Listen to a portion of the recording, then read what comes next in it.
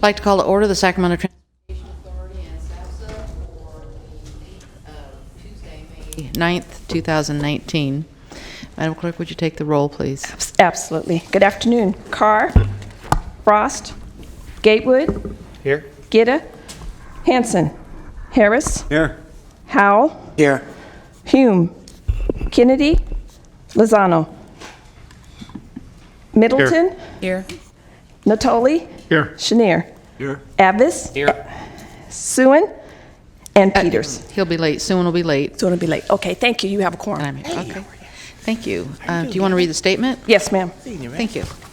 This meeting of the Sacramento Transportation Authority is cablecast live on Metro Cable 14, the local government affairs channel on the Comcast Consolidated Communications and AT&T U-verse cable systems. The meeting is closed caption and webcast at www.sacmetrocable.tv. Today's meeting will replay on Sunday, May 12th at 2 p.m. and Monday, May 13th at 2 p.m. on Channel 14. Members of the audience wishing to address the board may sign up using a speaker card at the back and bring it to the clerk. Please speak into the microphone when addressing the board and state your name for the record. Thank you. Would everyone rise and please join me in the Pledge of Allegiance? I pledge allegiance to the flag of the United States of America and to the republic for which it stands, one nation, under God, indivisible, with liberty and justice for all. Are you out of breath? You ripped that off pretty fast there, Susan. That was even faster than normal for you. Sorry, I had coffee for breakfast. Okay, we do have a couple of off-agenda speakers. We have a 2-minute limit, and our first speaker is Dale Page, then James Cathcart, and then Jeffrey Tardigian. You're going to have to work on that penmanship, Jeffrey. And we have another one, Kat Gray. So first will be Dale Page. Do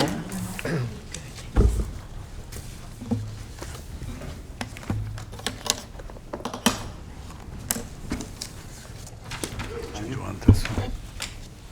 Timer up? What? I just asked if you had the timer up. Okay, my name is Dale Page. I'm a resident of Carmichael, California. And basically, I just want to make a comment about the need to improve the transportation system within the county. Basically, the congestion is an impediment to personal use of your own time. It also costs a lot of money and resources for people to maintain and use the transportation equipment that they personally have to buy and purchase. And it excludes a subset of the citizenry which do not have the resources to be able to purchase a private automobile.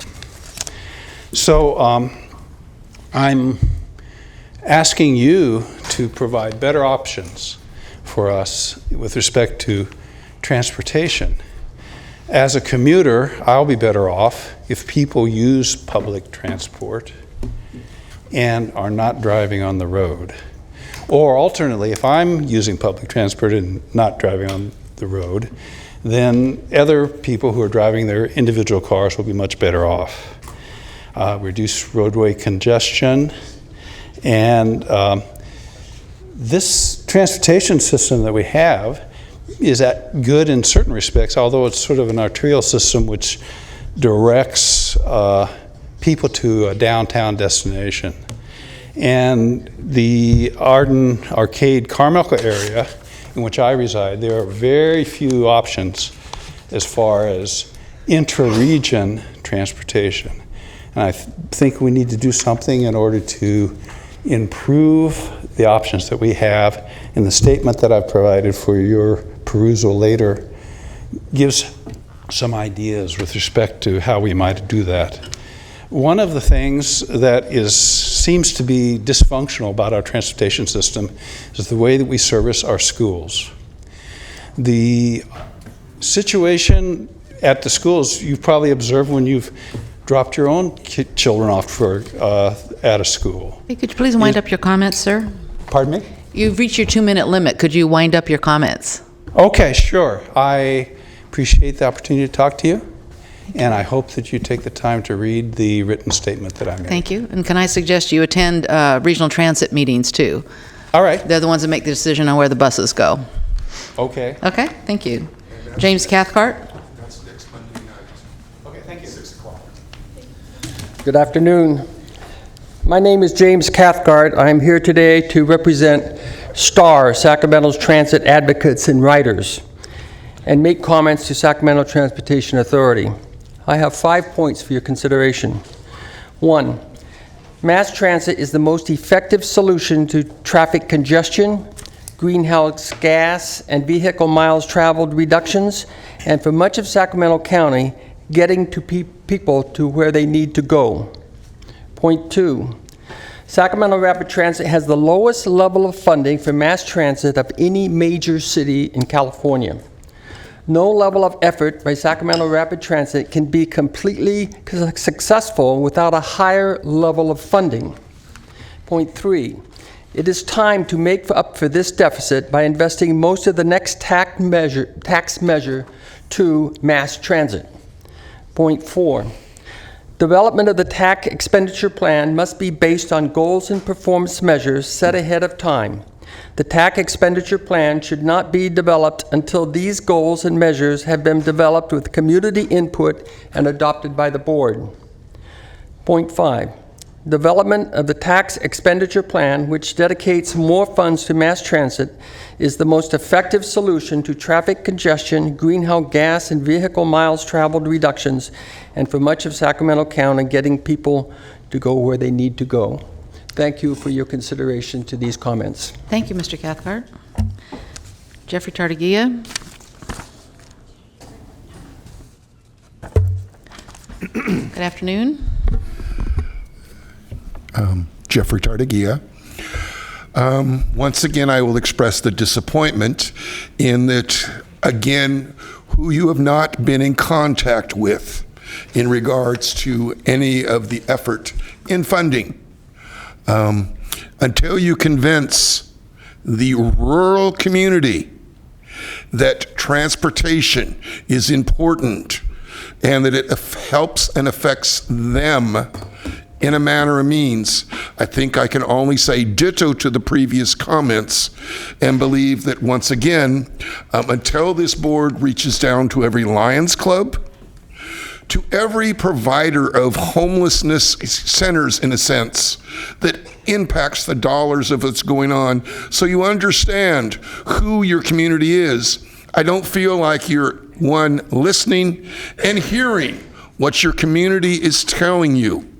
We get up here and talk, and yet look, and here you are from 2016, where you could have gone forward, and here we are 2019, 2020, and maybe you will have in 2020 the possibility of it being reduced down to 55% for going for measures forward. But again, it still does not get to the heart of the understanding of how little money is spent in transportation and how much is needed. Otherwise, you're going to become another, dysfunctional community. Once again, as the Sacramento News and Reviews reminds you of functionality and purpose. Thank you, Mr. Tartagia. Ralph Proper, or? That's me. Okay, I'm not sure I pronounced it correctly. Yes. Perfect.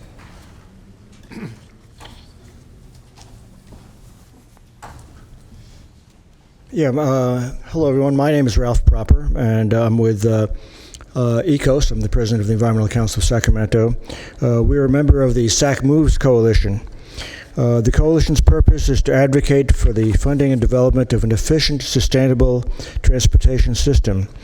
Yesterday, our coalition sent a letter to the SDA board requesting more information about when and how the board will receive findings from the SACOG listening session process that Supervisor Kennedy and Councilmember Chenier have been spearheading, that they told us about recently. Given that SACOG's process is meant to identify goals related to transportation from a broad set of stakeholders throughout the county, we see a lot of value in incorporating these findings into SDA's work to develop a sales tax measure for next year. It's important that the SGA board adopt guiding principles and goals far enough in advance of adopting an expenditure plan to ensure consistency with community-identified priorities. Furthermore, we included a brief white paper summarizing data from various agency-sponsored economic analyses and transportation polling efforts that we think are also very valuable for determining regional transportation priorities. We look forward to following up with you on this information during one-on-one visits with you each over the next few months. And I guess happy May is Bicycle Month Day. I biked here today, but I do use public transit also. So, okay. Thank you very much. Thank you. I have no more people signed up for the off-agenda comments, so we'll go to our executive director's report. Mr. Hom? Thank you. We'll begin with Measure A. April Measure A sales tax revenues came in at $10.63 million. That's 40% higher than April of last year. Nevertheless, we shouldn't get too excited. We are still on track to hit our projected total of $129 million for this fiscal year. Last month, I reported that Caltrans received 2 bids for their I-5 HOV lanes project, and both were under engineers' estimates, which means that the $30 million of Measure A funds that we are pouring into the project will go even further. The contract was awarded to a joint venture between Tykert Construction and Granite on May 1st, and Caltrans will host public meetings before construction commences in July or August. I have good news to report regarding FSP. For years, we've not been able to get access to our state FSP funds until many months into the fiscal year. For example, in this current fiscal year, we did not receive our fund transfer agreement until Christmas, which is about 6 months late. I did receive a verbal commitment from Caltrans headquarters that we will, starting with this next fund transfer agreement, that we will receive them by September 1st of each year. So we are looking forward to that. Regarding Senate Bill 1, the California Transportation Commission has been holding workshops regarding the 2020 Local Partnership Program. So far, it appears that CTC will not deviate from their current formula.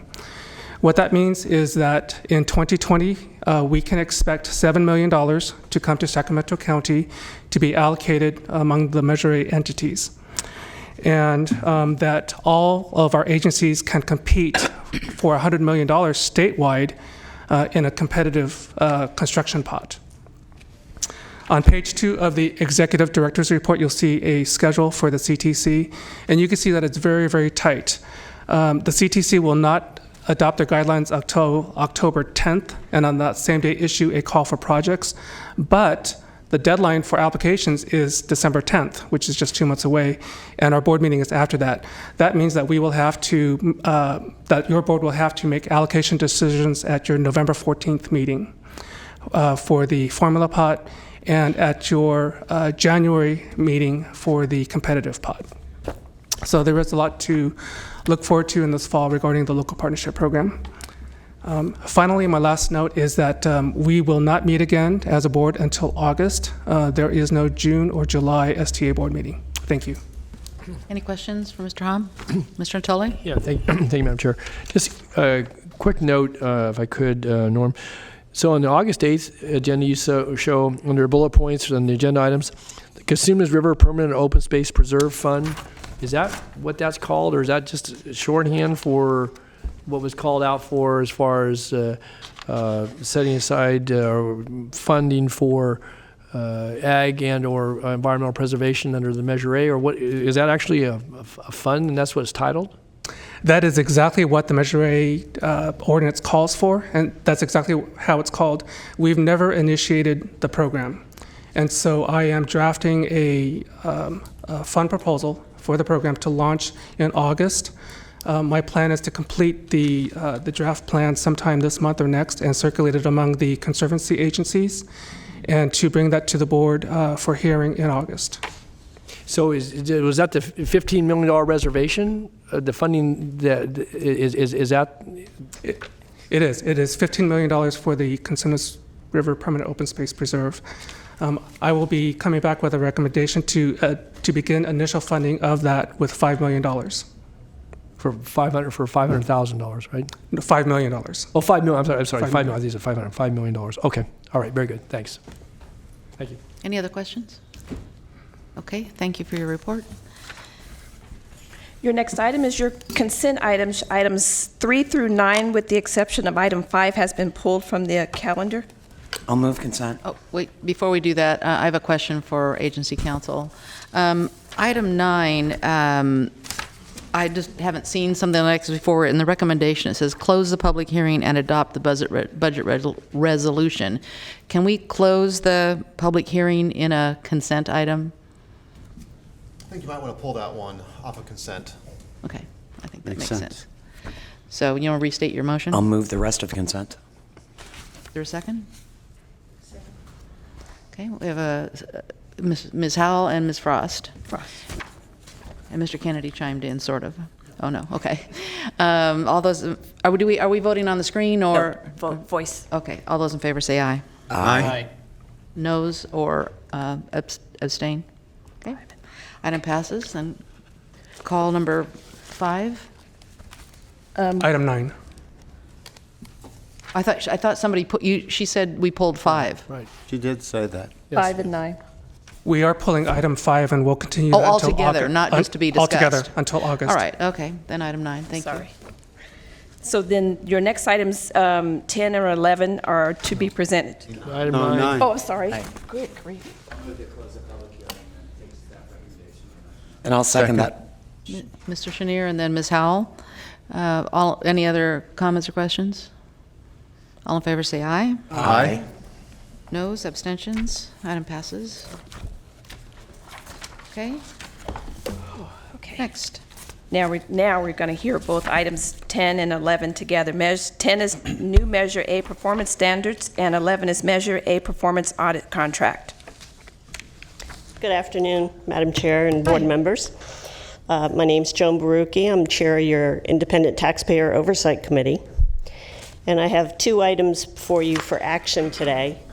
The first item is the performance measures. The ITAC has been working on these performance measures for over the last year in anticipation of performing a program performance audit as required by the ordinance.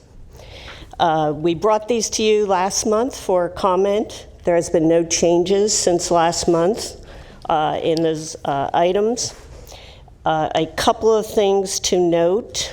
We are asking you to basically rescind the performance measures that you adopted in 2009 and replace those with these. In those existing performance measures, there are several items in Exhibit B and Exhibit C that will continue because those are in the requirements in the ordinance or in your MOUs. So such things as quarterly reporting, bridge and maintenance reporting will continue. The audit that these performance standards will cover will begin from the time that the program started, and it'll go through June 2018 will be the time frame. The standards cover performance of the agency, performance of the ITAC, compliance with the ordinance, and program effectiveness. And so we are asking you for a motion to rescind the existing performance measures and approve these performance measures. Any questions or comments? Well, you want to take this together with 11? Yes, please. Really necessary? Yes. I don't know. Okay, thank you. Okay. Then item 11 is the request to enter into a contract with Crow LLP, who also performs our financial audits, to undertake this program performance audit based on the revised performance standards and not the audit not to exceed $70,000. I have a couple questions for you, Joan. If I'm reading this right, we're currently in variable bonds and we would be moving to variable bonds. Is that right? Or maybe, That's item 12. I think that's item 12. oh, sorry. Yes, you're ahead Had of. my notes on the wrong page. All right, well, be prepared. Okay, any questions on 10 or 11? Yes, Madam Chair. Oh, sorry, Mr. Natoli? Yes, just if I could match the attachments with what's described in the information that's in our packet on item 10, we have attachment A, which is the local transportation impact fee program. And for Sacramento County, on page 3 of that, it says see attachment, but I guess I'm not connecting the whatever is supposed to be attached to that particular point. You're looking at the existing performance measures? I believe so, Joan. Yeah, it says. So on that, you'll see Exhibit A, and then that next page over, it says Attachment A. Yes. That was the attachment Okay. to Exhibit A.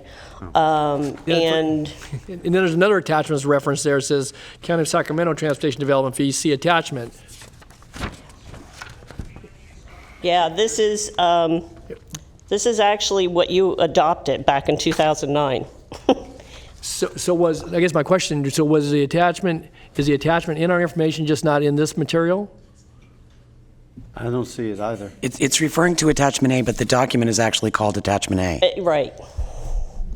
Is it referring to itself? It's a circuitous reference back to itself. No, and I'm following that, but circuitous or not, there should be another piece of information for the County of Sacramento as an attachment to the attachment that was referenced in the performance measures. I had the same question. Yeah, it's kind of this. It's circle, but there's a piece of the circle that's missing here. Yeah, Tim, do you see what he's referring to? Yeah. Under county transportation development fee, it says see I see that. attachment. Yeah. Basically, what it would look like is that it would be very similar to what's laid out for the other cities. Right. And it would basically address what in 2009 their fee rates were. Right. That's certainly not necessarily what their fee rates are today. Right, Joe. So it's not missing or incomplete. It's just it wasn't included with our material. I guess that's my Yes. point. So we do have that. I assume That's we have. true. Obviously, I Yes, know the that county's is true. adopted it. Yeah. So. Yes. That is true. So, Tim, could you make sure we get that information so that everybody has that? Everybody else, Yes. It kind of looks like everybody else shared it, and we didn't share ours by exclusion Okay. somehow. I think more importantly for the board would be to see where the rates are at today. Right. Well, but you got to have something to compare to, and if we don't have Yeah. 2009, you don't Yeah. know what to compare it to for any of the jurisdictions, but we do have for, I guess, all but the City of Alton and the County of Sacramento as far as, and City of Alton got just an appropriation at $200,000 a year, I think, for maintenance without having to have a development. I don't think they even had a development fee schedule at the time, so. All right, so you'll make sure we get that piece of information, which will help us then going forward to your point earlier about what we're proposing to adopt. Okay, thank you. Yes. Can I ask a quick question for the Crow LLP? Gatewood? For Crow LLP, did you go out to bid or did we just pick them up? Since they were already under contract and we had gone out to bid for the financial audit this year and selected Crow, we went ahead with Crow. We did get some informal bids from some others. Crow was probably in the neighborhood of what it would cost. We also thought there were some savings to be gained since they were already familiar with the organization as well. Thank you, Ms. Howell. Just a point of clarification, and I hate to be the one that brings this up all the time, but these are professional services, so professional services must be selected in accordance with state law, initially based on qualifications. It's not simply the lowest price. Yes. So if you look at it from that standpoint, they'd have to go out and request qualifications, review all the qualifications, then make the selection based on the best qualified firm, and then negotiate that price. So there's a fairly significant cost associated with that. And Crow does have a substantial track record doing performance audits for other tax measure agencies as well as other kind of special districts. Any further comments or questions on 10 and 11? Okay, is there a motion? Let's do two separate motions. I'll move 10. Okay. Second. Okay, Ms. Howell and Jeff Harris. All those in favor say aye. Aye. Noes, abstentions? Item 10 passes. And number 11, is there a motion? I'll move 11. Second. Mr. Gatewood and Ms. Howell. All those in favor say aye. Aye. Noes and abstentions? Item passes. Okay, now, number 12. Number 12 is your Series 2014A bonds, mode, change, and ancillary services. Good afternoon, members of the board. Authority staff, in conjunction with STA's financial advisors, have been working and monitoring the bond market after passage of the federal tax reform in December 2017. In particular, over the last 17 months, we have been looking at the costs of the 2014 A series bonds directly purchased by Wells Fargo Bank. Under a provision of the direct purchase agreement with Wells, when the corporate tax rates were reduced to 21% from 35%, the cost to the authority for those bonds increased significantly. The provision is known as margin rate factor. Based on a comparison of the cost for the bonds in direct purchase mode, as they currently are, and publicly traded variable rate mode, which we are recommending they be changed to, there is considerable cost savings based on the 5-year analysis performed. Moving to the variable rate mode is projected to save roughly $1 million over the term of the analysis. The savings is 1.3, but the cost is $350,000, so the net savings is roughly $1 million, generating additional funding for capital projects.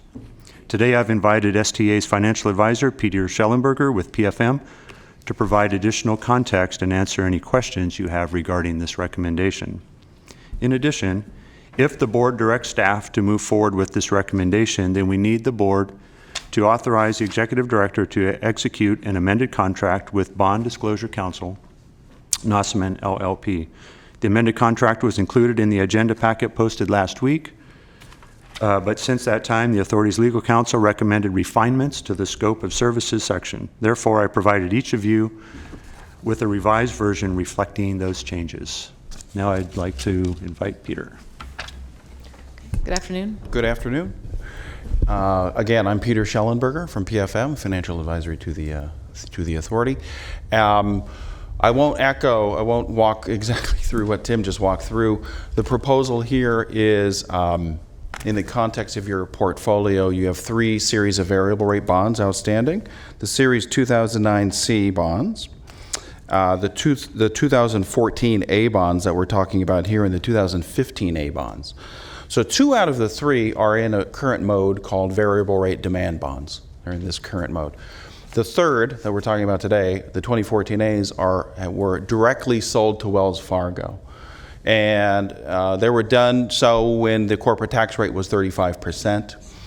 As soon as that corporate tax rate dropped from 35% to 21%, the income that Wells Fargo gets on these types of direct purchase or lines of credit becomes less valuable to them because they're taxed at a lower rate. And so in the process, they increased the cost of this facility by about 25 basis points. And so that's the proposition here. The contract in place permitted and allowed them to do this if there were a change in the corporate tax rate. So this was sort of contemplated in the documents. And so the proposition here is to move from that direct purchase that's currently held by Wells Fargo, convert that to the same mode that the other 2 series of bonds are currently in, just to reduce and take back that 25 basis points, which equates to about $260,000 of interest costs per year. So that's the savings that Tim is talking about. Thank you. I had a couple questions about the variable rate, and I understand it's, if I read it, it's tied to LIBOR. Correct. Which, isn't LIBOR getting out of the business? Yes, LIBOR is... So what happens then? Right. Currently, the contract with Wells Fargo does reference LIBOR. Mm-hmm. So that issue would go away if we move away from this contract into just publicly sold bonds. They're not tied to any index. The rate on your other 2 series, and if you were to move forward the 2014 A series, the rate on that would be determined by remarketing agents going out and taking bids each week from investors. And so it wouldn't be tied to a specific index. It would be simply tied to the market rate that week. So does that happen automatically, or would it come back to this board? No, it happens make a decision? automatically. Yes, once you put this new mode in place, remarketing agents, which are underwriting firms, are charged with finding investors, whether it's Vanguard or Fidelity or somebody like that, to purchase your bonds, and then the lowest bidder that week wins. So my ultimate question is, why aren't we looking at fixed rate? I understand you're saying we're saving money, but I'd like to see analysis of the of the risk of the change. Most jurisdictions are going to fixed rate to get out of the variable rate bonds, and without any information, it's kind of hard to see what the potential risk is here. Okay, good question. So why not shift to fixed rate? These 3 series of variable rate bonds are associated with your interest rate swaps. The interest rate swaps. So also on the page that denotes the debt portfolio overview, you'll see you have $318 million of variable rate bonds. And back in 2006, the authority entered into a same amount, $318 million of interest rate swaps. So those two have to work together. As long as you have a swap, you need a variable rate bond. And then it results in a rate, and the total rate, what we call a synthetic fixed rate, is about 4.1%. And we have looked at converting and moving away from the sort of total swapped portfolio. Let's just make the swaps go away, refund the variable rate debt. That comes with a cost, and the net cost is probably about a $25 million increase in debt service through 2038. So sure enough, you're right, folks are attracted to interest fixed rates. They're a little less complicated. We continue to look at that move so we could simplify and move to fixed, but in doing so in today's environment would cost about $25 million through 2038 of total debt service increase. But that you haven't told me what the ultimate interest rate spread would be on the variable rate, so how am I supposed to compare the two? So through the mix of the interest rate swap and the variable rate bonds, the authority is locked in a rate. Because you receive a variable payment from your swap counterparty, and you use that to pay the variable rate bondholders. So as short-term interest rates, as variable rates go up, your receipts on your variable receipts go up, so it's offset. And so you're left with this fixed rate that the swap providers give, and that fixed rate is 3.7%. That's locked in. We take that 3.7% and we add to that the fees that are associated, that are paid to a letter of credit bank or a Wells Fargo. Those fees are about 40 basis points. So when you take the swap rate of 3.7, your ancillary fees that are not variable rate, they're just associated with a contract, the 40 basis points gets you to 4.1%. So your concern of, wow, will my costs change as variable rates change? It won't under this structure. Sort of locked, for better or for worse, you're locked into a rate of 4.1%. Pretty good rate. And if you wanted to shift from that to a fixed rate, it will cost in today's market. So, yeah, just for the future, I think it'd be good to have that kind of analysis in here when you're asking us to make this kind of change. Just because it screams out to me, the staff report does, for, well, what's the alternate? And because most jurisdictions are switching to fixed rate instruments because they don't trust the variable rate. And you explained that it's a mixed fund, but that all would have been helpful. I hear you. Are there any other questions about this? The recommendation is to proceed with the proposed changes to the bond program, which you'll be bringing back in the fall, and authorize the executive director to amend the board disclosure legal services contract with Nossaman LLP. Okay, is there a motion? I'll move the item. Second. So we have a motion from me. Folsom. And a second by Frost. Yeah, thank you. All those in favor say aye. Aye. Noes, abstentions. Item passes. Thank you. Your next item is your unmet transportation needs presentations. As the STA board starts to think about a potential supplemental transportation sales tax measure in 2020, we first must identify the unmet needs in the county. So far, we've heard from all of the cities, plus the connector JPA. Today, we'll continue with the County of Sacramento and Caltrans District 3. First up is the county. Presenting is Rick Carter, Principal Civil Engineer. Hello, Rick. Hello. Good afternoon. As Norm mentioned, Rick Carter, Principal Engineer with the Sacramento County Department of Transportation. Could you raise the podium so we can hear you?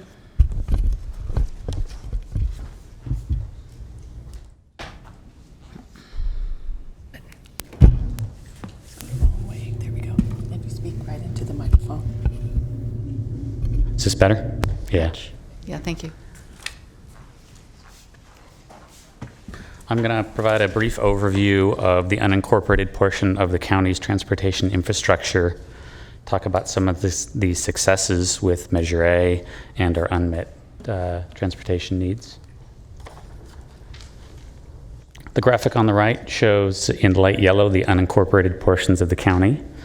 It's about 766 square miles. It is about 3/4 the entire county's area. County unincorporated portion has a population of about 589,000. We have 5,000 roadway lane miles.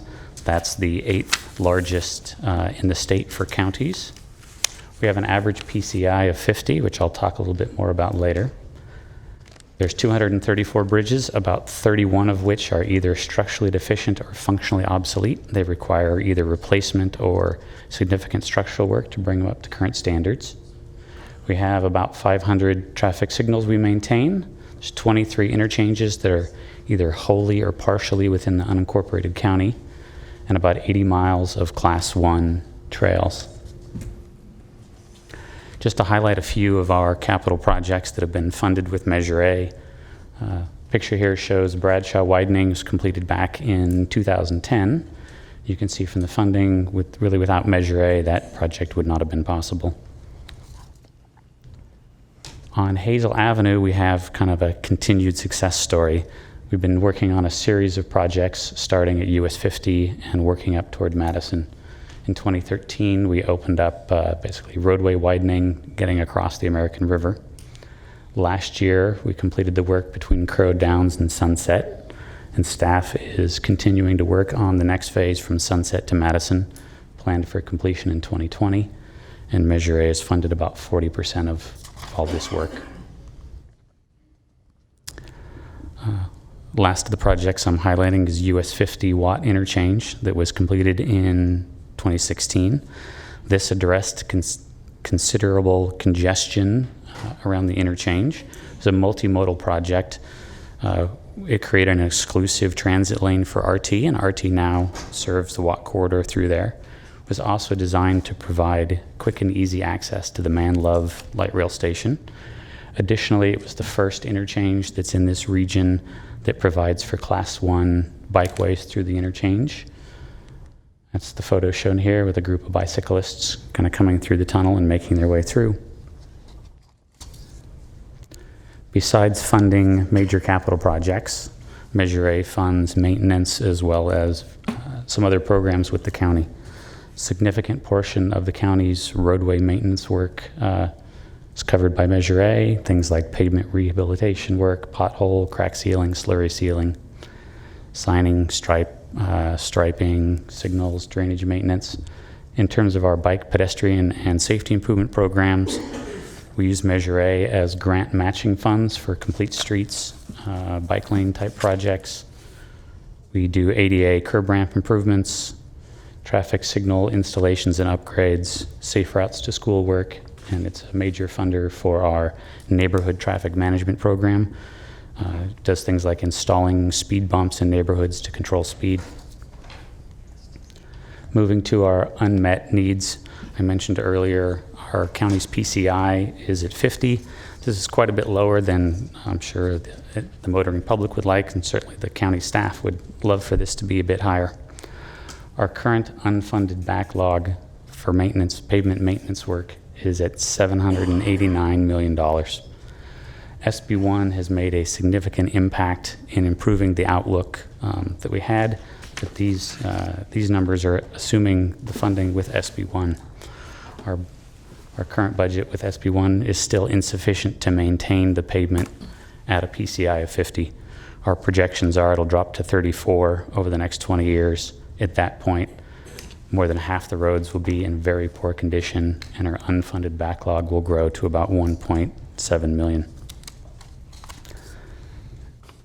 Regarding needs for pavement maintenance, There's two graphs here. The orange one at the bottom, the bar graph at the bottom shows the growing unfunded need I just talked about, and the kind of the line at the top is showing the PCI dropping from 50 to 34 over the next 20 years. In order to sort of change that graph and maintain a straight 50 PCI, we need an additional 20 to 25 million a year. Over a 30-year horizon, that's about $750 million.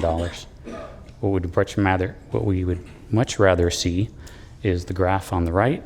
That shows our PCI increasing to 70 over about the next 15 years and then maintaining it there. That requires an additional $45 to $50 million per year above what our funding levels are now. In terms of unmet needs for capital projects, this slide highlights two kind of spot improvements. One is Hazel Interchange, solve the congestion issues that exist there. The other is the Upr Railroad Bridge on North Watt Avenue. At that location, the bridge constrains the road. We're unable to widen it. We're unable to provide the bike and pedestrian access that we'd like to provide. You can see in the photo on the far right, there's a tunnel that's there. That's the existing bike and ped access. That's not well used, despite that being the safe route through there. It's a significant cost to this project because of the railroad and the need to build a shoe fly in order to replace that bridge. I have a group of projects that referring to as our capacity increasing projects, $800 million for 14 locations. These are road widenings as well as complete streets and ITS improvements. You guys all have a handout number 13 that lists all 14 locations. There's 6 shown here. There's just a sample of kind of the immediate needs. Another category is our arterial corridors. We're looking here at rehabilitating the street, adding complete streets elements and streetscaping. It's not capacity improvements. These sort of improvements revitalize corridors. You have a before picture here, and then a after concept where there's improvements to the look and feel of that. This is the sort of projects that revitalize corridors. They do improve traffic operations as well as increase mode choice. Again, the handout lists all 23 locations. There's just a sample of 5 shown here. We have a variety of other unmet needs fit into a variety of programs in the county. Our bicycle master plan identifies $700 million in bike lane class 1 trails. Pedestrian master plan has $600 million in sidewalk infill type work and other pedestrian improvements. We are in the midst of redoing our ADA transition plan. It identifies about $200 million in curb ramp work, pedestrian signals, bus stops. A lot of the county roads in the rural area were built decades ago. They don't meet current standards. It's $160 million in need to widen the shoulders and provide the safety improvements to those.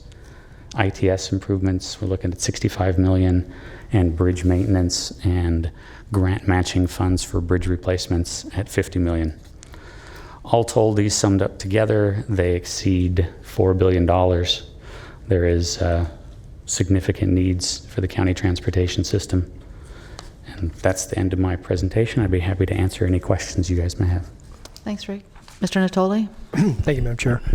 Rick, thanks for the overview. I think that, again, obviously this is a summary, but yeah, when it comes to the Fix It First pavement maintenance rehab, obviously you give a big number there, but no photos attached, and I think it kind of understates where we're chasing the problem a bit. Obviously, you use graphs and charts that are parallel to what we've seen from some of the other presenters, the other jurisdictions. But one note I wanted to make, again, I'm going to quote you folks, I think we're on target this year, if not last year, to have attended to 50,000 plus potholes, and the numbers that I've seen, again, come across, at least the information we have, that the average cost of filling a pothole is about $20, give or take. Again, obviously everything factored in. That's $10 million annually just chasing potholes. It doesn't lead to any repairs. It fixes the immediate problem, at least in passability and obviously traffic safety. That to me, we get this 50 PCI average, and again, obviously we have all members of the board have had staff briefings on that. And, I kid, but I'm half serious that I'd take 50 PCI in some of the roads in the district that I represent.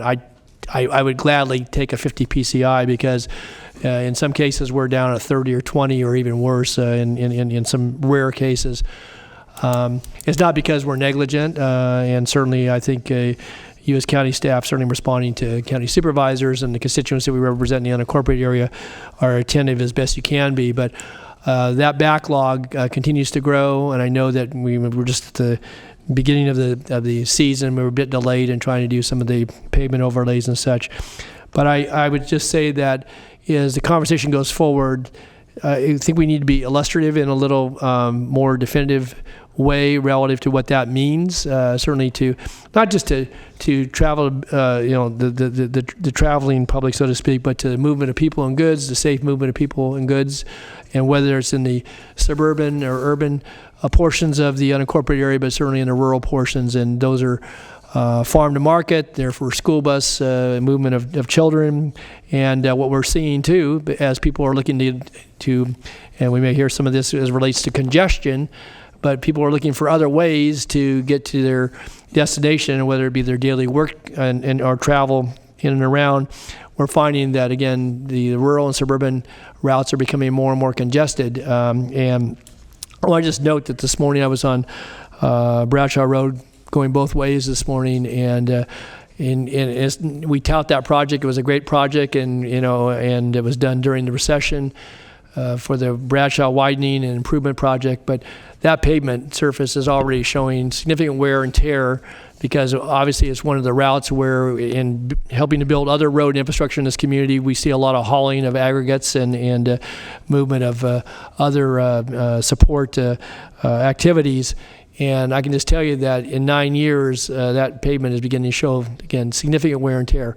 And again, I don't know where that falls in the list, but it's in far better shape than a lot of other roads that run through some of our main business corridors and so forth. And again, I think it's important, again, certainly even in summary, a photo here and there that don't exaggerate, but certainly help tell the story, because it's one thing to say you got $780 million to $1.2 billion in backup, in backlogged maintenance. I think it's important to again tell the story a little more visually. So I guess I would just suggest that as a part of the presentation, and appreciate the work that went into presenting this today. Thanks.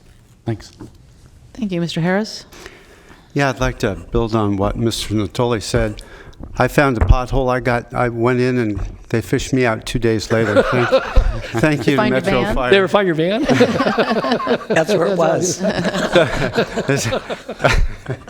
So I'd like to say, the city did a pretty comprehensive survey of our roads and identified our needs. Our PCI is about 66 average throughout the city, and it's pretty rough. I have to tell you, when I travel on county roads, it opens my eyes, because with just Sb1 funding, the city will find itself in the 50s in the next 10 years as well. These are very serious issues. I mean, some of these roads are very hard to gain passage on without damaging your car. Certainly, an awful lot of money is spent on alignments because of a PCI.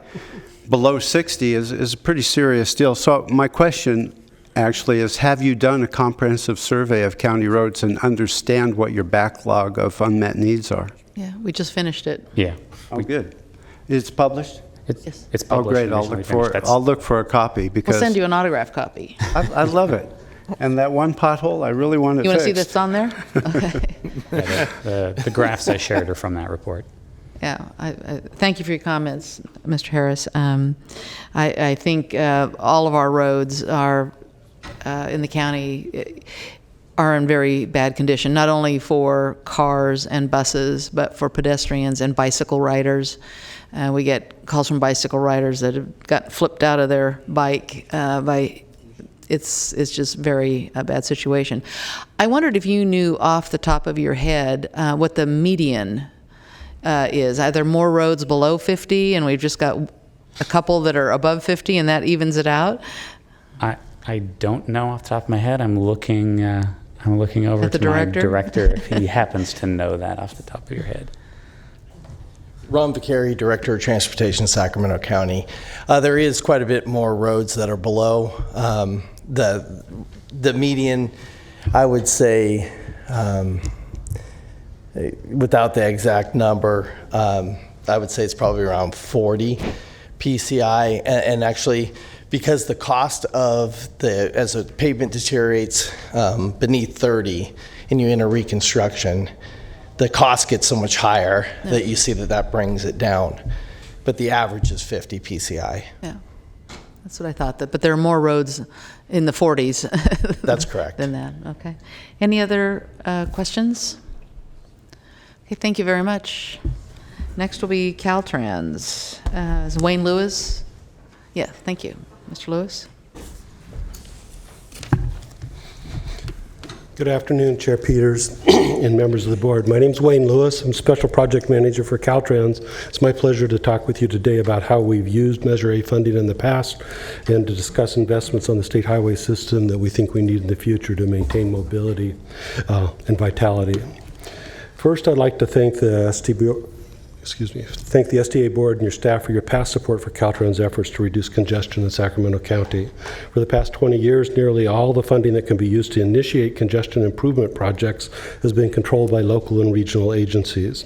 The proceeds from transportation bonds, like those authorized by Prop 1B, and the revenues generated by the more recently approved Senate Bill 1 are primarily focused on construction. And even then, significant matches of local funds are required, usually. With that backdrop, Caltrans uses the flexible funding generated by Measure A to complete environmental studies and initial preliminary engineering for our congestion relief projects so that we can compete successfully for discretionary funding. With SDA's help, we are making significant progress in completing a network of bus, carpool, or managed lanes on the state highway system in Sacramento County. This is a little bit hard to see, but the blue are projects that are just going to construction this year, green are projects that are just in the design phase, and red are projects that have already been completed. We've started kind of from the outside and are trying to fill in the inside. In the past 10 years, though, we've opened 2 major new bus carpool lane segments in Sacramento County. Yes, ma'am. Yes, Ms. Howell has a question. Could you define for me what managed lane network means? Managed lane is a more general term that's like bus carpool, but in the future maybe it would be where you would have some kinds of pricing.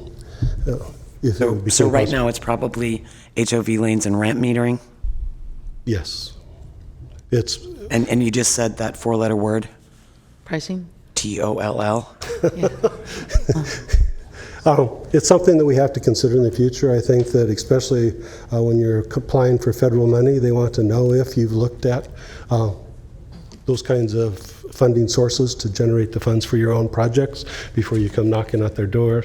So it's in most of the country, that's something that is routine. And so when they look to California, they wonder why we don't do it more often. Well, I think one of the distinctions, and this came up in several meetings over the course of the last couple of days and on the cap-to-cap trip in D.C., and this region is particularly toll averse. But part of the reason why when we've been successful at the federal level is because we do have the sales tax measures in place. Sales taxes are very helpful.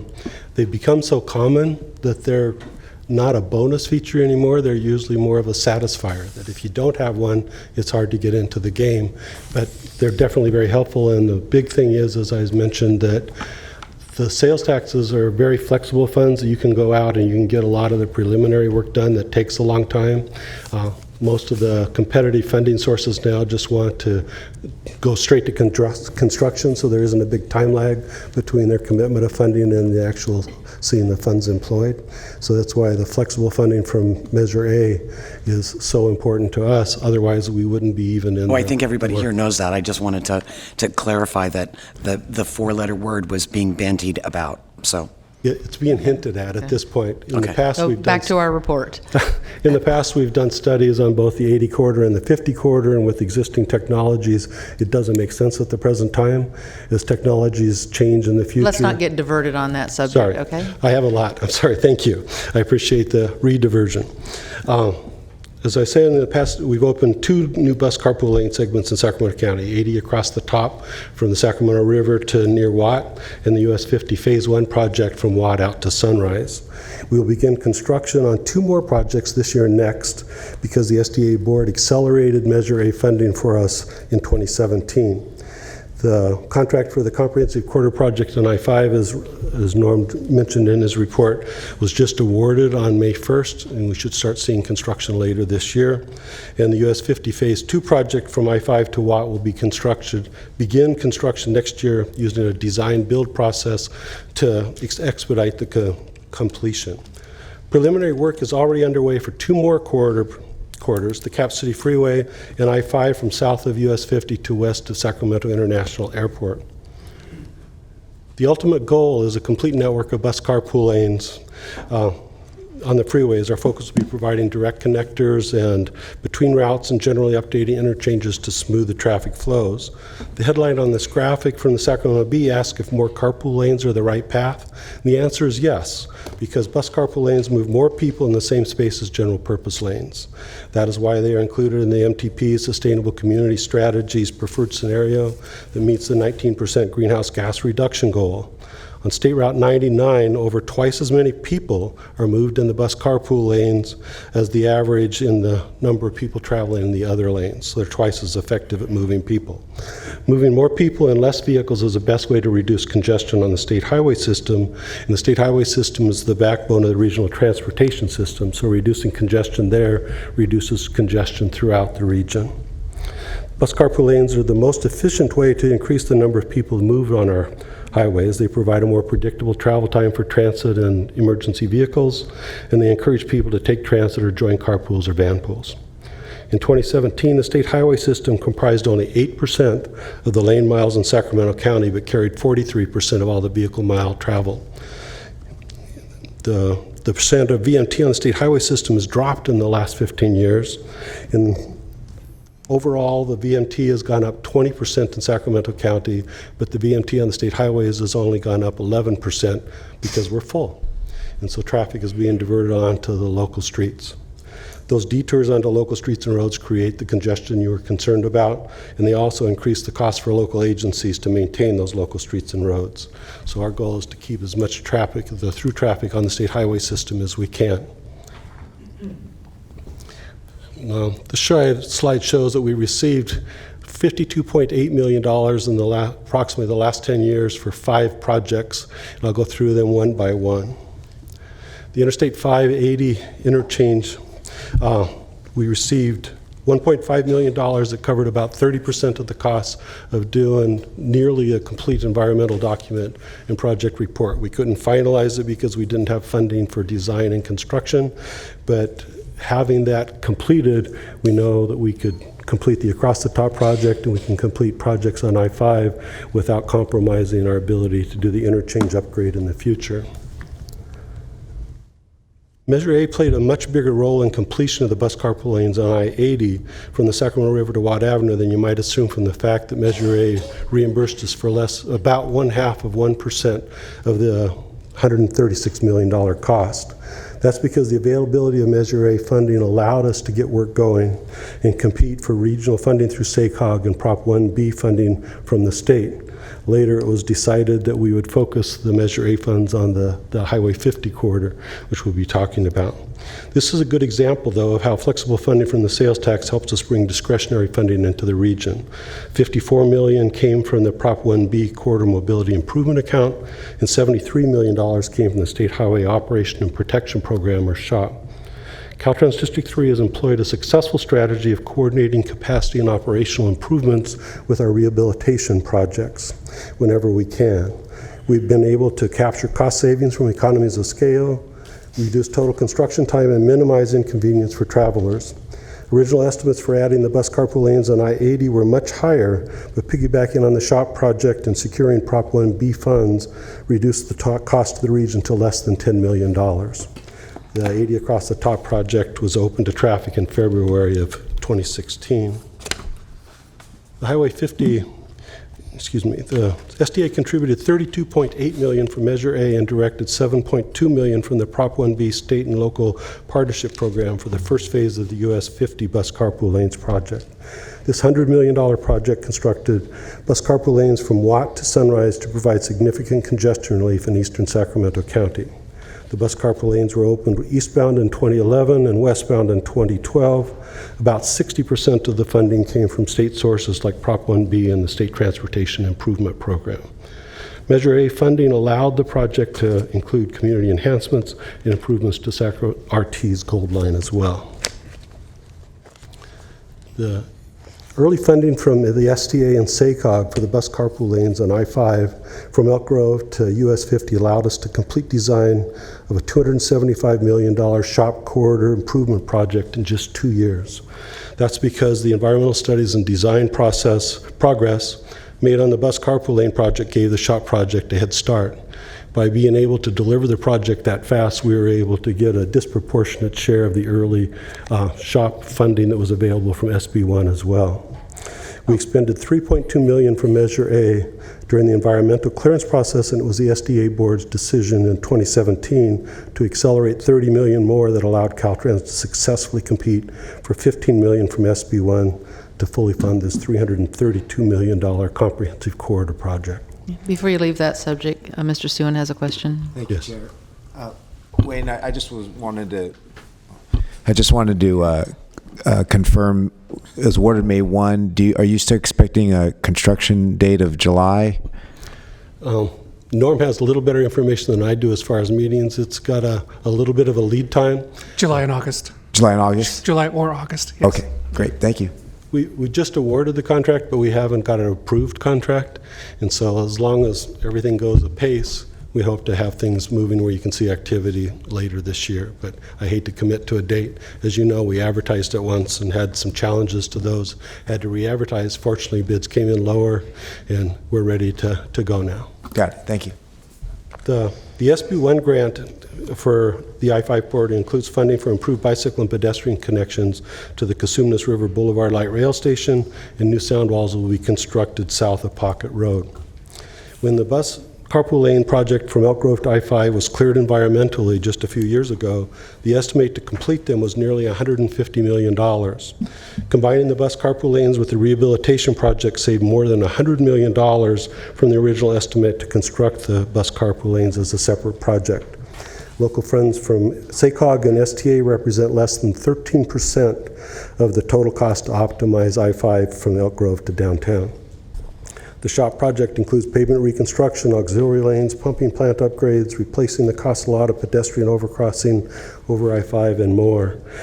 Our goal is to get the state highway system in shape to where we have more of the traffic there instead of the diversions.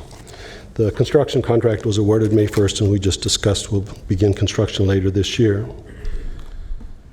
The US Highway 50 Phase 2 project, through 2018, we expended $14.6 million from Measure A for the environmental studies and design for Phase 2 on US 50 that will extend from I-5 to Watt.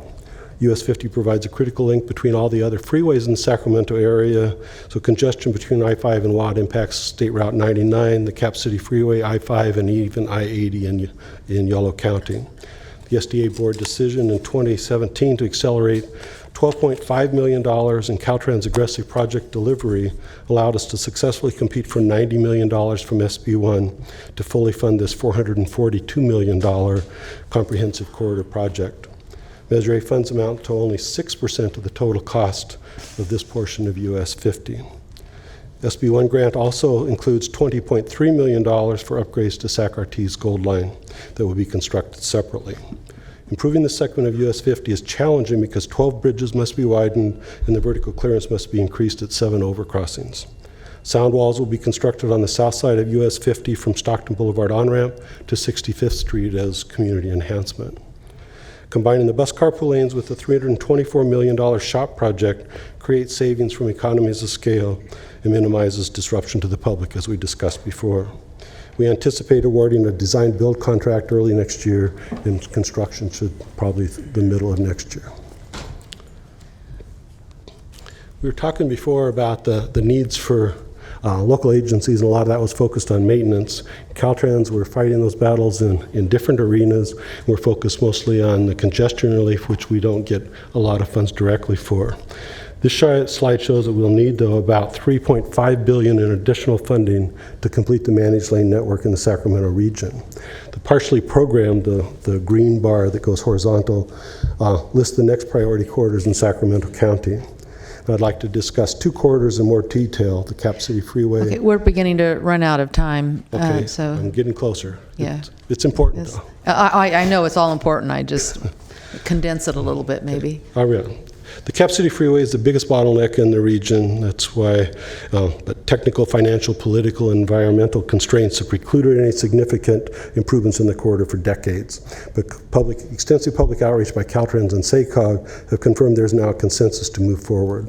Large employers, local governments, transit agencies, and community advocates have been participating in the technical working group. SACOG has allocated $14 million for environmental studies and preliminary design for the first segment from J Street to Arden Way. And an additional $417 million will be needed to construct the first segment. $400 million more will be needed to extend the lanes all the way to I-80. But it'll be important to have funding soon to begin the studies and environmental process if we want to secure construction funding later in a timely manner. The Interstate 5 bus carpool lanes to the airport, SACOG's committed $3 million to begin environmental studies for this segment. It's currently estimated we'll need $500 million to construct them all the way from south of US 50 to west of the airport. Valley Vision has made improving this segment a priority because of its importance for goods movement, the need for better access to the airport and Metro Airpark, and recognition that continued growth in this part of the county will increase the demand for better mobility. We'll have the extensive community outreach as we move forward. Already, most local governments are involved in the project development team. Before I take questions, though, I'd like to spend a little bit of time to point out that we've been unusually successful at leveraging the funds from Measure A and SACOG in the past.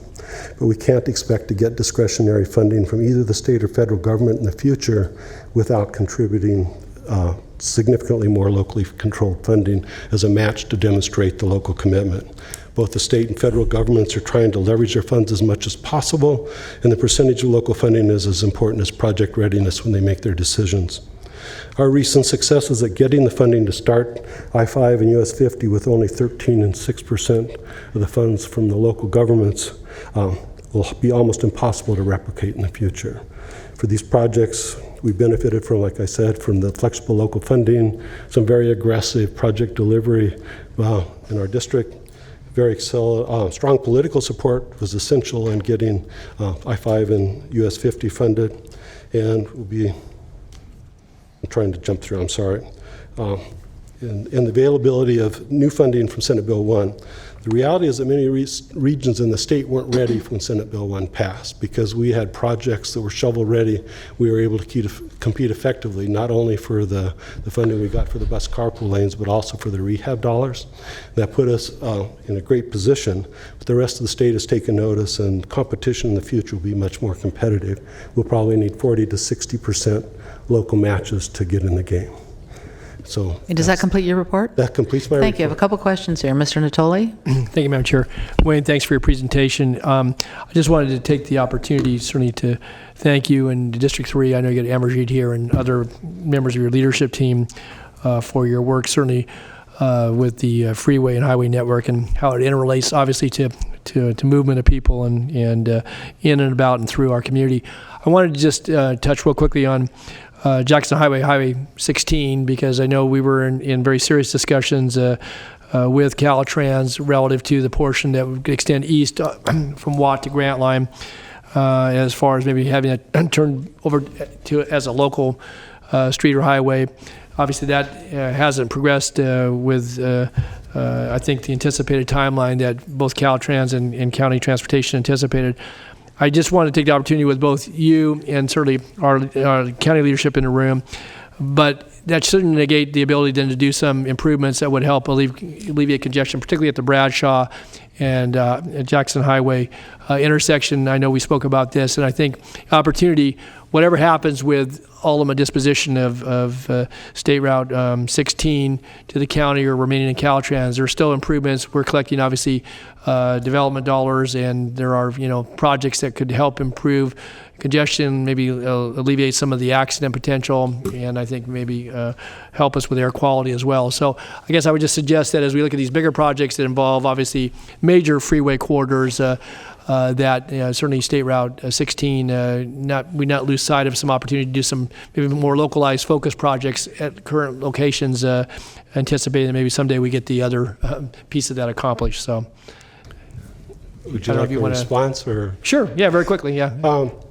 As you point out, we've been working for over 15 years on the ultimate transition of the Jackson Highway to becoming a local arterial. With the growth that's been approved by the local cities and the county, that'll be more of its function going forward in the future, and it makes sense to everybody. So all of our long-range plans have assumed that would be the case.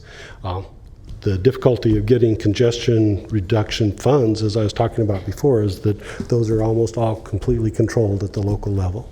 And so that's a challenge. We are open to doing some improvements before a transfer of the property to you, as encroachment permits. We'd be willing to work as far as trying to adjust so that there's not a challenge as far as design standards and those kinds of things. But our goal is still to actually have the route transferred to the county and to the city of Rancho Cordova. Right, and just to piggyback on that though, but we have major north-south corridors that intersect there, certainly within the framework of the county, the city of Sacramento, and obviously the city of Rancho Cordova. So I think it certainly would still be incumbent upon us to, again, work in concert with Caltrans and with those three local jurisdictions to, see if we can't do, again, modest improvement. It may not be the widening of the highway or complete streets, but certainly at those intersections where we see significant movements north and south during the commute hours, but also the in-turn movements on, the Highway 16 has picked up obviously much more traffic. So I just would encourage us, while we continue to work on the other aspect that's taken us 15 years, and I don't know when the prospects of our bringing that into the local transportation system, then we need to work with you in concert as we have on some of these larger projects to see if we can at least make some modest improvements. We definitely want to work with you as we meet regularly with the county and the locals, the other cities in the county to figure out how we can work together on kinds of projects like that. Thanks, Wayne. Thanks, Madam Chair. Thank you. Mr. Suen is next. I want to keep in mind we have to give this room up at 3 o'clock, and I have several public speakers too. Thank you, Chair. Keep this brief. I just want to first commend you on the many achievements that you listed here. We all greatly appreciate the partnership with District 3 and Caltrans. I just want to encourage you. You demonstrated a lot of efficiencies that you had in achieving these projects. So I want to encourage you to continue to work with all the local agencies here, especially when it comes to planning for design, planning for environmental documents, because as you know, as complex as these projects are, they take a long time.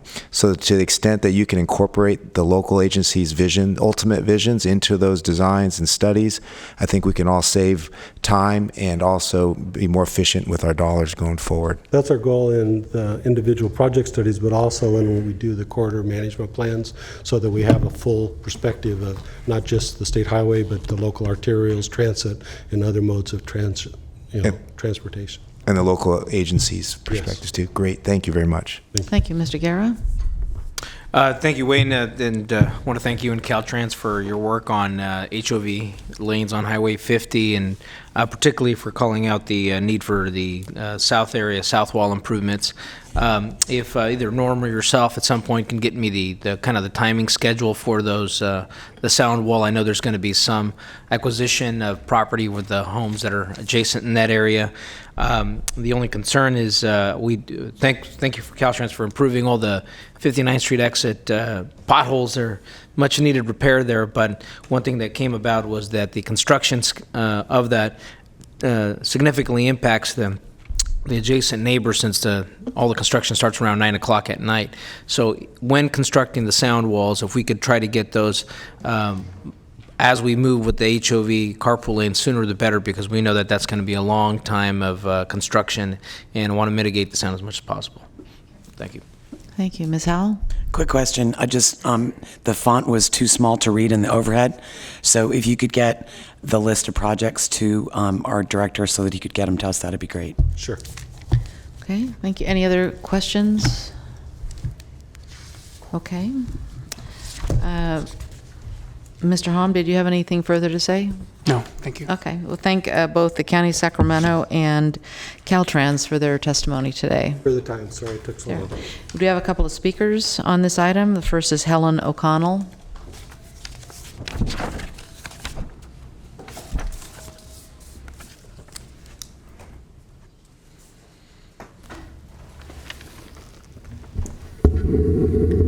Hello, Helen O'Connell. Thank you for hearing me.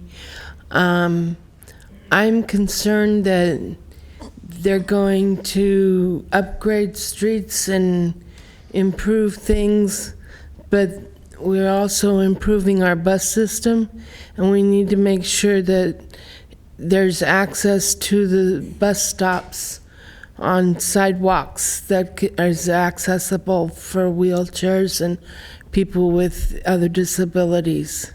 Thank you very much. Thank you, Helen. Hopefully you've conveyed your concerns to Regional Transit also. Yes, I will. Thank you. Next speaker is Joanne Fuller, then Glenda Marsh.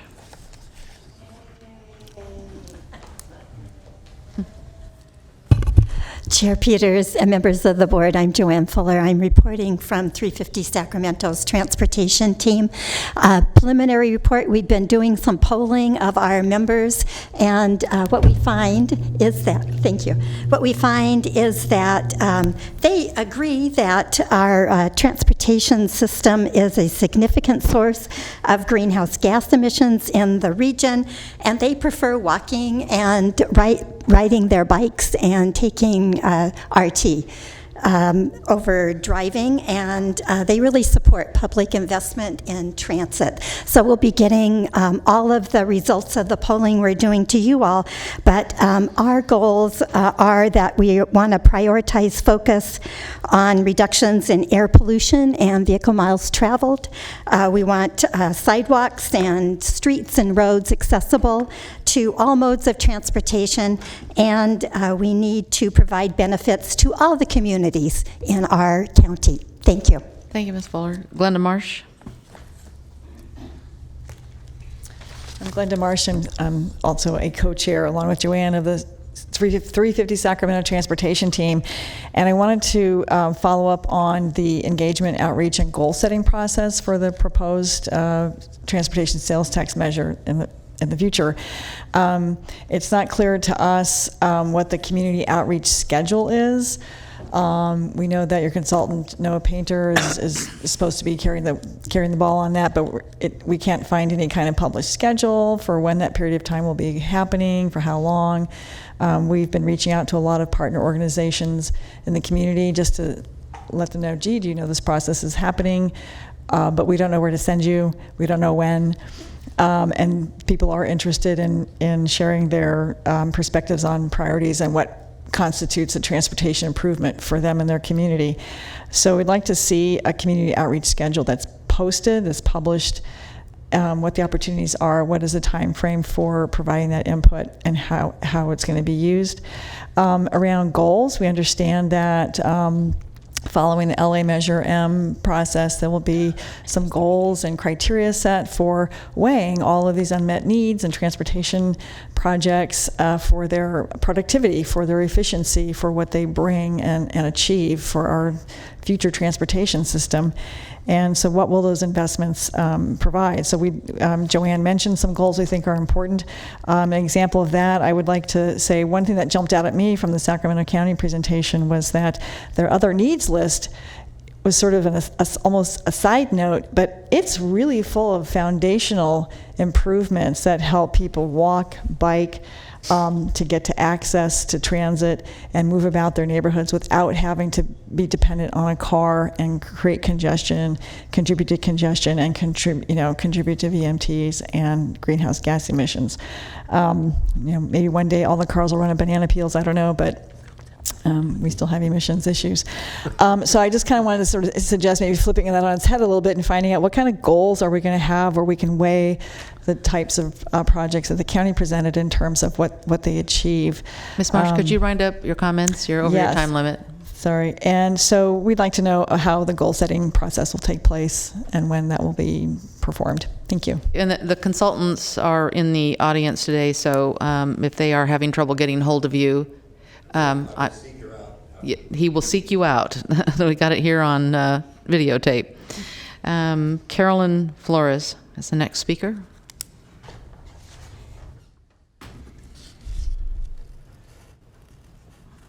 Boy, I was sitting for a long time. This is my copy of the presentation. I only brought one copy. My name is Carolina Elena Flores. Ooh. Go ahead. I got you. Go ahead. Speak in. Okay. I'd like for questions to wait until I finish my points. In my area of South Sacramento, the biggest problem is the increased clogged traffic on Florin Road. During the commuter times, Florin Road daily resembles the LA freeway with bumper-to-bumper traffic from 65th Street and Florin all the way down Florin to Highway 5. I would bet that most of those people in those cars are not residents that live in the South Sac area. People are using Florin Road as an alternative highway to 50 as an alternative Highway 99. Highway 99 is so congested that it's completely stopped traffic on 99 from 12th Street all the way down to Mack Road or Gerber. This has to be a top priority of the new transportation budget. We need this plan to rescue the South Sacramento residents from this traffic congestion. The second problem is the industrial traffic and large semi-trucks on Franklin Boulevard and Florin. These large industrial trucks don't belong in the residential area. When they turn corners, they take up 3 lanes or 2 lanes to turn, and they clog traffic to the shopping plazas and to back and forth. This traffic is paralyzed until these behemoth trucks have turned. I'm also concerned about their pollution to our air in South Sacramento. I don't see any government monitoring these diesel fumes they're tossing out. All those cars are also polluting our residential area, affecting the residents that live there, debilitating people with asthma and other health problems. We need more housing and less industry areas like the old Campbell factory. This industry stores that use that building occupy the large area of Franklin Boulevard at a time when we need more housing built in South Sacramento. They should move out to a more rural area and not add to the traffic congestion in South Sacramento. Somebody needs to buy that plant and turn it into a multiplex of houses, apartments, and smaller stores, grocery stores for that area. 2 words come to me: safety, access. Safety. We need better street lighting in South Sacramento, especially at Florin and Franklin. These are very large, dark areas. There are very large, dark areas where there's no street lighting to light up Lower Franklin Boulevard, except at the light rail area. There's large areas on Florin Road where there's no street lighting, like there is downtown in East Sacramento. This is a dangerous place for bikes. Could you wind up your comments, please? You're over your time limit. I'm sorry, the other people took a long time to speak, and I waited patiently for them to finish. Oh, I know, and they all had 2 minutes, and you're at 2.5 minutes now. All right. So, access. Make your most important point before you close. I'm trying to do that. Okay. Access. Transportation needs to assess the needs of the people, the disabled people, the Sac City employment offices at Broadway. We need to be giving free tickets to veterans, free tickets to chronically disabled, free bus tickets to immigrants who are in poverty, free tickets to women with young babies that need to take the babies to the doctor's appointments, and free tickets to anyone that lives in economically depressed areas. Thank you very much. Thank you so much. Thank you. Madam Clerk, does that finish our business? Yes, you just have your comments of your authority members. Pardon me? You have your comments from your authority members. Anybody? Anyone wish to make additional comments? No. No? I submitted a comment card, but I don't know if you got it. Oh. My name is Kat Gray. I'm a Sac County resident, parent, and cyclist, and new volunteer with 350 Sacramento. 350 Sacramento asked the board to fully fund RT's request for low-floored light rail vehicles to accommodate bicyclists of all abilities. We can all agree that more bikes is a win-win. The current light rail vehicles present many challenges to cyclists, including stairs that many riders have a difficulty lifting the bikes upstairs. That's especially true for youth, women, and older folks. with doors closing before you're able to get the bike up. We're working on a preliminary survey of cyclists' experience boarding the light rail with bikes, and we have a few photos to share to show some of the early results that we have. Is there a way I can show these? Okay, put them on the white spot on that smaller desk.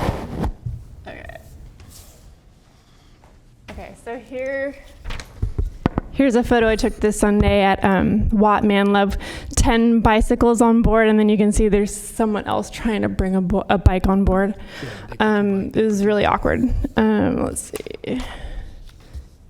He's having an easier time of it because he's, a strong man. But here we have a woman with a heavier bike, and the door kept closing, so she was having a hard time struggling with that, so he was holding the door for her. Here's a photo of a youth attempting to bring a bike on board, and he was also struggling with the doors closing before he could get it up.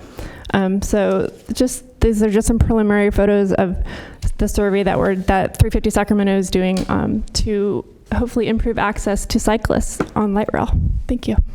Hey, and I don't have a speaker slip for you, so if you'd fill one out and give it to our clerk on your way out, I'd sure appreciate it. Thank you so much. Okay, I don't see any further comments from the board. We're adjourned until August. August.